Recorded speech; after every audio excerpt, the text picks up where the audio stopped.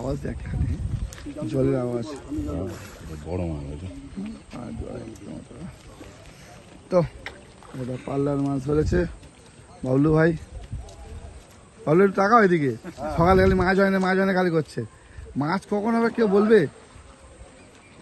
জোরে পানি আসতে যে তাই তুললো, সবাই ভিজে যাবে কিন্তু। 4 নম্বর সিটে একটা বাবলু ভাই পাল্লার মাছ তুলছে, সবাই দেখো। আর জোরে বৃষ্টি এসছে।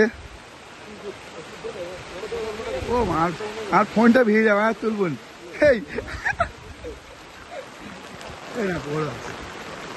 তুলেছে এই বৃষ্টির মধ্যেও।